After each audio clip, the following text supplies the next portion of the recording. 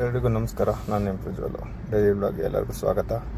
So ನಾನು ಬೆಳಗ್ಗೆ ಎದ್ದು ಡ್ಯೂಟಿ ಆನ್ ಮಾಡೋಣ ಅಂತ ಹೋಗ್ತಾಯಿದ್ದೆ. ಅಷ್ಟರಲ್ಲಿ ನನ್ನ ಗಾಡಿ ನೋಡಿ ಮತ್ತೆ ಇವತ್ತು ಕೂಡ ಬೇಜಾರಾಯಿತು.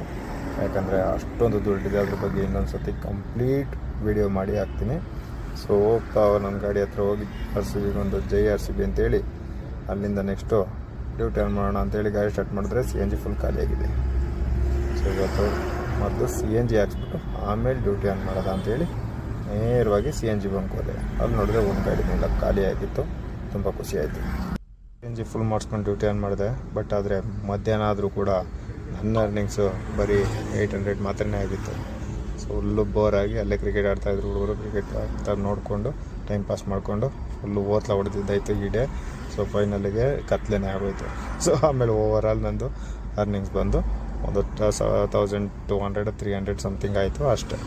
ಅಷ್ಟು ಬಿಟ್ಟರೆ ಇವತ್ತು ಇನ್ನೇನು ಇಲ್ಲ. ನನ್ನ ಡೇ ಸ್ಪೆಷಲಾಗಿ ಏನೂ ಆಗಿರಲಿಲ್ಲ. ಇವತ್ತು ಡೇ ಬೋರಿಂಗ್ ಆಗಿತ್ತು. ಎಲ್ಲರಿಗೂ ಬೈ ಬಾಯ್. ಸಿಗೋಣ ನೆಕ್ಸ್ಟ್ ವೀಡಿಯೋದಲ್ಲಿ.